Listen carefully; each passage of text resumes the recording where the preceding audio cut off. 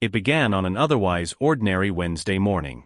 The sun had risen on cities bustling with monotony, morning commuters sipping coffee, children groaning at alarm clocks, and televisions humming with recycled news.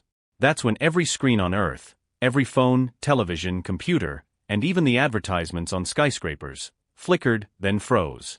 What replaced the familiar images was an eye. No human iris could mimic its brilliance, a shifting kaleidoscope of impossible colors. It was hypnotic, beautiful, and terrible, a thing that seemed to bypass thought and speak directly to instinct. The voice came next. Deep, resonant, and layered with tones that felt ancient, yet smooth as silk. It carried no detectable accent, but sounded like it had spoken every language. "People of Earth," the voice began, calm yet overwhelming, "we are the Andrelith. We come not as conquerors, nor saviors, but as negotiators." Across the globe, time seemed to pause. Hearts raced, jaws dropped. Every corner of civilization, from high-tech metropolises to remote mountain villages, heard the same message. You suffer. You kill. You hunger. We offer a singular alternative, a contract of permanence, a solution to the chaos of your existence. Eternal peace in exchange for your servitude. The words rippled across humanity like an electrical storm. Cameras caught the shocked faces of politicians as they stared at interrupted broadcasts. In markets, shoppers froze, fruit and bread slipping from their hands. Schools fell silent, classrooms filled with wide-eyed children and equally terrified teachers. Your wars will end. Hunger will cease. The planet will flourish. In return, you will serve. The details of this contract will be explained. You have 5 Earth rotations to decide. The eye blinked. A single deliberate blink that sent shudders down every spine, as though the planet itself were being watched by some celestial predator. Then, as abruptly as it appeared, the eye vanished, and the world returned to itself. But nothing felt ordinary anymore. The first rotation saw the world in chaos. In Washington, Moscow, Beijing, and Geneva, leaders convened in emergency meetings. No alliances mattered. Every nation faced the same existential question. Religions were thrown into turmoil. Priests, rabbis, imams, and monks hurried to reinterpret holy texts. Protesters filled streets, their signs oscillating between hope and defiance. Slavery is peace. We will not kneel. They can save us. Aliens lie. Social media was a carnival of fear and humor. Conspiracy theorists called it a hoax, while nihilists made memes about willingly signing up for alien overlords if it meant no more rent payments. By the second rotation, reports of strange occurrences began to surface. People claimed to see glimpses of tall, faceless figures watching them from shadows. Lights hovered above cities, and a low hum seemed to pervade the air, inaudible yet felt in the marrow. On the third day, the Andrelith sent their representatives. They did not arrive in flying saucers or descend from the sky in beams of light. Instead, they appeared wherever humans congregated, at the United Nations, outside parliaments, even in suburban neighborhoods. They simply were, as though stepping out from behind an invisible curtain. The beings were humanoid, but far from human. Towering and slender, their bodies shimmered like oil on water, constantly shifting between translucence and solidity. Their faces were blank, save for faint impressions of where eyes, noses, and mouths might have been. It was impossible to tell if they were clothed or if their forms simply emitted a flowing liquid-like texture. "We are here to clarify," one of them announced at the UN Assembly. Its voice was like the broadcast, deep, resonant, and layered with dissonant harmonics. The Andrelith explained their offer with an eerie serenity, as though discussing weather patterns rather than humanity's fate. "We do not seek to harm you. Your servitude will not be cruel. You will live, create, and propagate as before, but under our direction. In exchange, we will eliminate war, disease, famine, and all other self-destructive tendencies." "And if we refuse?" one delegate demanded. The Andrelith's reply was simple: "Then we will leave. And you will continue as you are. Suffering. Consuming. Destroying yourselves and your world." The implication hung unspoken, and when you are gone, we will take the planet anyway. By the fourth rotation, humanity was fracturing. In a bunker beneath London, an emergency summit was underway. Prime ministers and presidents argued alongside CEOs, generals, and scientists. Some were tempted by the Andrelith's promise. Couldn't slavery be a small price for eternal peace? Others were horrified, unwilling to gamble on the aliens' benevolence. They say they're offering peace, snapped President Walker of the United States, pounding his fist on the table. But what does servitude mean? Will they herd us like cattle? Use us as experiments? Dr. Elena Morozov, an astrophysicist, leaned forward. We can't apply human morality to them. Their motives might be incomprehensible. We can only evaluate their actions. And so far, they haven't attacked. But why would a species so advanced need servants? Asked an exasperated Indian diplomat. Meanwhile, in a remote desert outpost, a team of linguists and neuroscientists studied a fragment of text provided by the Andrelith. The document pulsed with shifting patterns, words rearranging themselves depending on how it was viewed. One researcher claimed it spoke directly to his mind, promising him wealth and power. Another swore it threatened her. That night, the outpost fell silent. The team was found the next morning, their bodies contorted into impossible shapes, faces frozen in expressions of unspeakable horror. The fragment was gone. On the fifth rotation, the Andrelith gave humanity its deadline. Your decision must be made, the eye declared on every screen. Choose peace through servitude or continue your path of ruin. At sundown, we will expect your answer. In Los Angeles, a man watched the broadcast in his tiny apartment. His name was Jerome, a failed comedian turned delivery driver. He was drunk, eating cold noodles from the carton, and muttering to himself. Servants? Pfft. Sounds better than this crap life. They can't be worse than the IRS. He laughed bitterly, then paused. A shadow flickered in the corner of his vision. Hello, he called, but no one answered. The room felt colder. He shook it off, though the feeling lingered. As the sun dipped below the horizon, the world collectively held its breath. Governments sent emissaries to meet the Andrelith in designated locations. Crowds gathered in public squares, praying, screaming, or simply staring at the heavens. And then, the sky split. A fracture appeared in the atmosphere, as though the fabric of reality had torn open. Through it poured light, blinding, pulsating, and alive. From the rift, a massive Andrelith emerged, dwarfing skyscrapers. Its form was ever-shifting, an incomprehensible amalgam of limbs, eyes, and tendrils, all radiating that same kaleidoscopic shimmer. Humanity, it intoned, its voice shaking the earth. What is your answer? The Andrelith's voice reverberated through every molecule of the earth, more sensation than sound. The air itself trembled, a low hum filling the spaces between breaths. People screamed, fell to their knees, or simply froze in awe and terror. The towering alien form was both mesmerizing and maddening, its dimensions shifting in ways that defied logic. At the United Nations headquarters in New York, the appointed spokesperson, Secretary General Haruto Sato, stepped forward. His face was pale, but his voice was steady.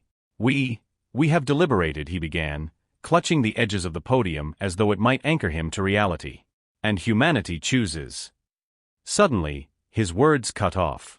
His mouth moved, but no sound emerged. Around him, the diplomats gasped. The Andrelith raised a shimmering appendage, and Haruto froze mid-syllable. No lies, the Andrelith boomed. Its tone was calm, but the menace in those two words was undeniable. No deception. Speak your truth, or remain silent forever. Behind him, leaders exchanged frantic looks. A French diplomat whispered, "Do we even have a truth to tell?" The world was not united. In truth, the emissary's arrival had only deepened humanity's divisions. Even as Secretary General Sato stood before the alien titan, messages were being exchanged in secret backrooms. In Washington, military officials huddled around a screen. On it were the outlines of a contingency plan, codenamed Eden Breaker. A preemptive strike using experimental orbital weapons. This is insanity, General Bryant growled. We don't know what they're capable of. If we miss, if we provoke them, we could doom us all. And if they're lying about their peace, countered the Secretary of Defense. Do you trust an advanced species offering slavery out of the goodness of their hearts? In Beijing, a similar discussion unfolded. But instead of weapons, their scientists had been instructed to decipher ways to communicate directly with the Andrelith. The Chinese delegation wasn't interested in servitude, they were interested in leverage. As the world deliberated, so too did its people. In Sao Paulo, tens of thousands gathered in the Praça de Sé. A preacher stood atop a makeshift pulpit, screaming fire and brimstone. "This is the final test," he roared. "God has sent these beings to see if we will resist temptation or kneel to false idols." A young woman in the crowd shouted back, "And what if they are God?" Her voice carried, and the square erupted in shouts, debates, and even fistfights. Meanwhile, in Berlin, artists had filled the Brandenburg Gate with surreal sculptures made of scrap metal and plastic, depicting humanity's potential futures. Some showed flourishing gardens overseen by benevolent alien caretakers, others, grim factories where humans worked until their bodies crumbled. And in a small bar in Chicago, Jerome, the failed comedian, found himself surrounded by an eclectic group of strangers, all equally drunk and terrified. "You know," Jerome slurred, "maybe they're right. Peace sounds nice. Better than my landlord, anyway." A woman in a business suit, clearly out of place, rolled her eyes. "And what happens when they get bored of us? You think they're offering universal health care and weekends off?" A lanky teenager at the end of the bar chimed in, "Maybe it doesn't matter. We've been screwing up this planet for centuries. Maybe it's time to hand over the keys." The conversation spiraled, oscillating between existential dread and grim humor, until a sudden silence fell over the group. They all felt it, the hum. It was back, vibrating in their bones, louder than before. Jerome laughed nervously. Is it just me, or does anyone else feel like we're being watched?" At the United Nations, Secretary General Sato finally spoke again, his voice trembling but clear. "Humanity has deliberated. We do not consent to servitude." The words hung in the air like a fragile glass sculpture, waiting to shatter. The Andrelith's massive form remained motionless, save for a slight flicker in its kaleidoscopic glow. "You choose chaos," it said, its voice almost regretful. Before Sato could respond, the alien raised one shimmering appendage. The air seemed to ripple, and suddenly, every person on Earth was no longer where they had been. Jerome blinked and found himself standing in a field. The sky was an unnatural shade of green, streaked with purple clouds. The ground beneath his feet was soft, spongy, and warm, like flesh.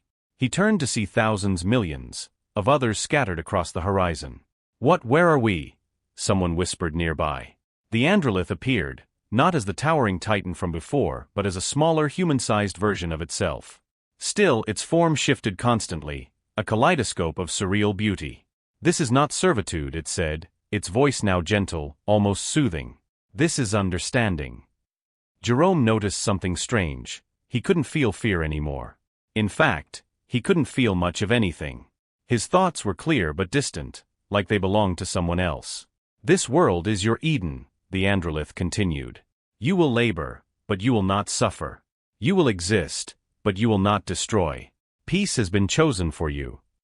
Jerome looked down at his hands and realized they were changing, the flesh shimmering like the Andrelith. Around him, others were undergoing the same transformation, their bodies dissolving and reassembling into strange fluid shapes. What are you doing to us?" he managed to ask. The Andrelith tilted its head, as if amused.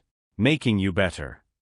Jerome felt his body dissolving in slow rhythmic waves, like sand slipping through an hourglass.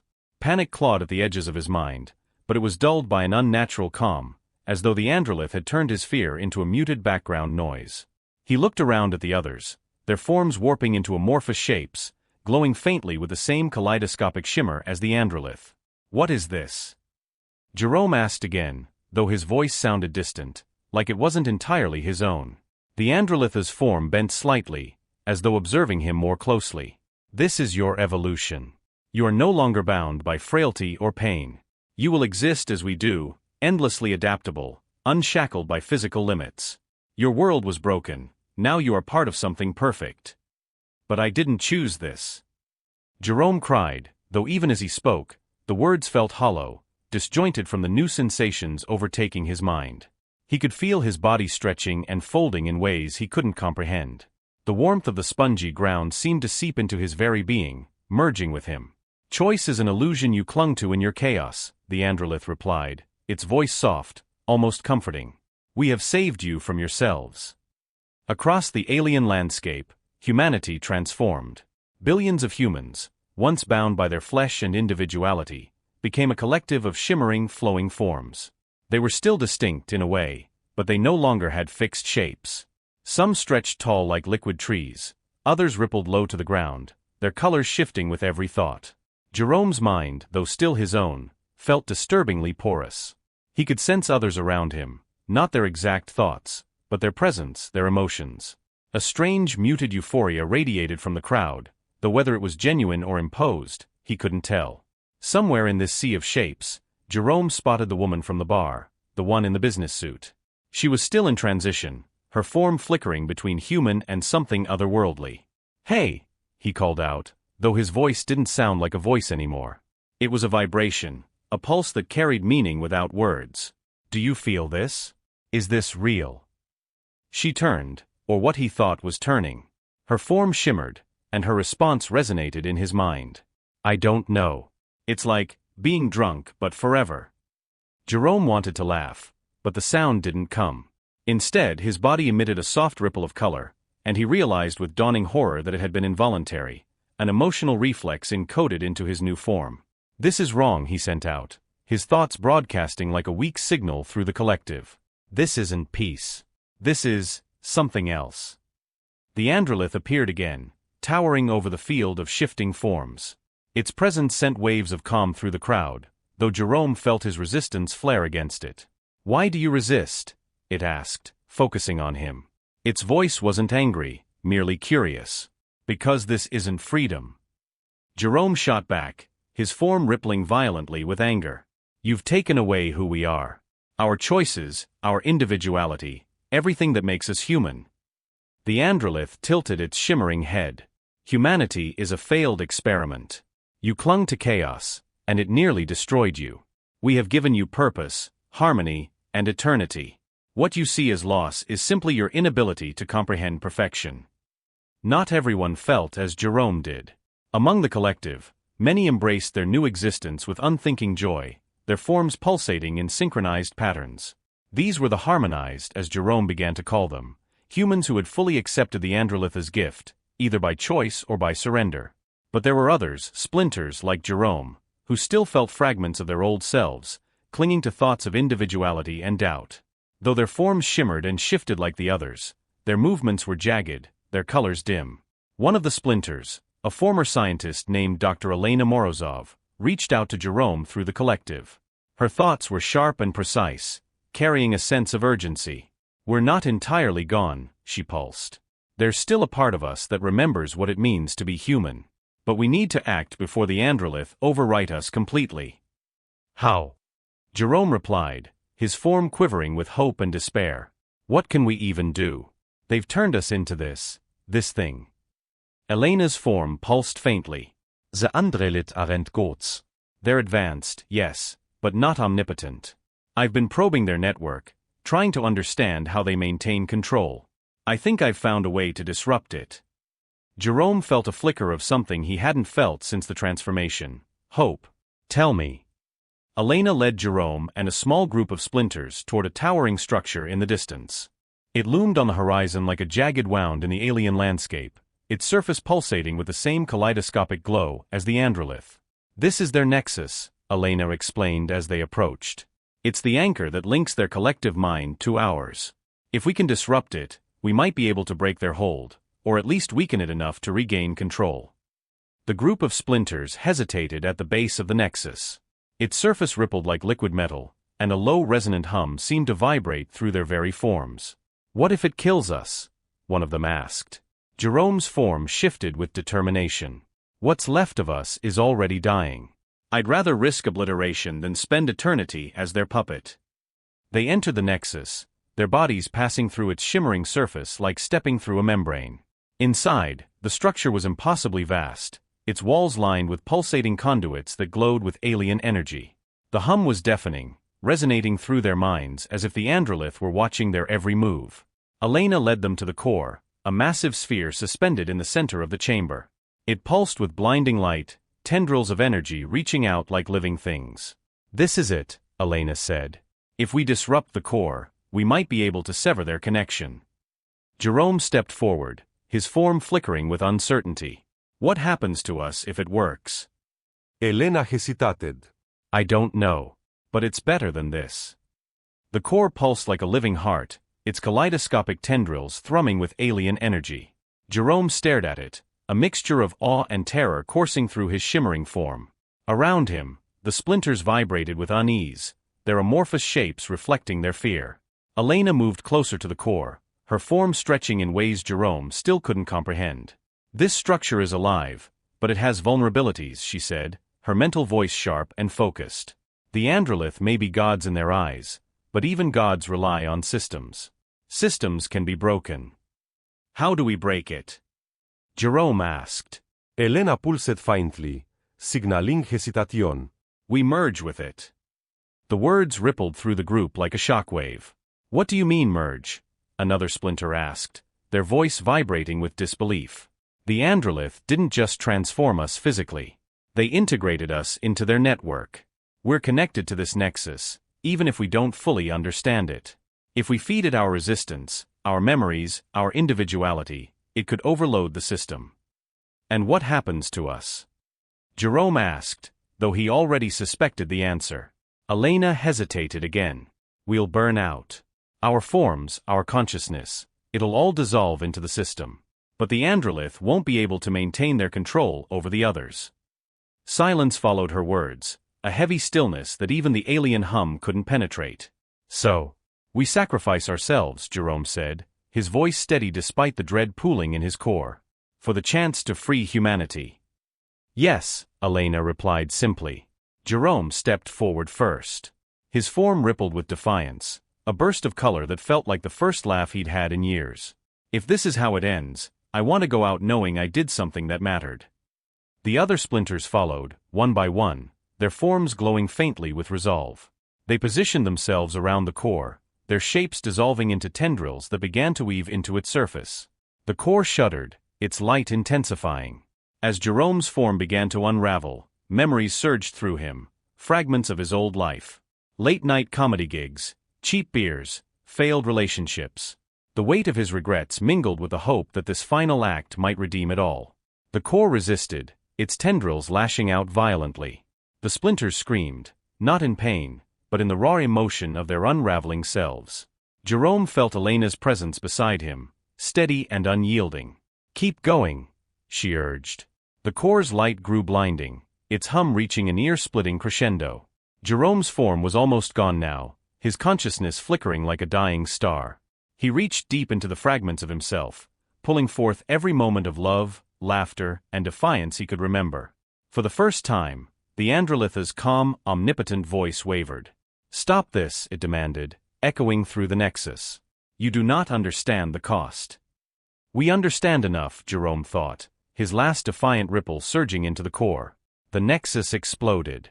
When the light faded, Jerome expected nothingness. Instead he felt something. Not a body, not a form, but an awareness. The landscape was gone, replaced by a vast expanse of shimmering energy. Among it, he could sense the other splinters, Elena, the others, all faint, flickering presences like his own. They had become something different, no longer tethered to flesh or form. And the Andrelith? They were still there, their presence dimmed but intact. You have fractured our design, the Andrelith's voice echoed, quieter now, stripped of its omnipotence. Humanity has reclaimed its chaos. In the distance, Jerome could see the transformed humans, the harmonized, returning to their original forms. Flesh and bone reassembled, their individuality restored. The Andrelith's control was broken, though the beings themselves remained, watching in silence. What happens now? Jerome asked, his voice no longer a vibration but a thought carried on the current. You have chosen your path, the Andrelith replied. We offered perfection, and you rejected it. We will leave you to your imperfections. With that, the Andrelith began to fade, their kaleidoscopic forms dissolving into the ether. Jerome's awareness lingered, watching as the humans below began to stir, confused but alive. Cities reappeared, landscapes reformed, and the world began to breathe again. You did it, Elena's voice said, faint but warm. We did it, Jerome corrected. For a moment, the two of them floated in the expanse, their presence fading like the last notes of a song. Do you regret it? Elena asked. Jerome thought about it, sifting through the fragments of his existence. He thought about his old life, the mistakes he'd made, the jokes that had fallen flat. And he thought about this moment, the choice they had made to defy the Andrelith, to preserve what it meant to be human. No, he said finally. It wasn't perfect, but it was ours. As the last traces of his consciousness dissolved into the void, the sun rose on Earth, brighter than it had ever been. Humanity had been spared, not by gods or saviors, but by its own flawed, defiant spirit. And somewhere in the quiet corners of the cosmos, the Andrelith watched, waiting to see what humanity would do next.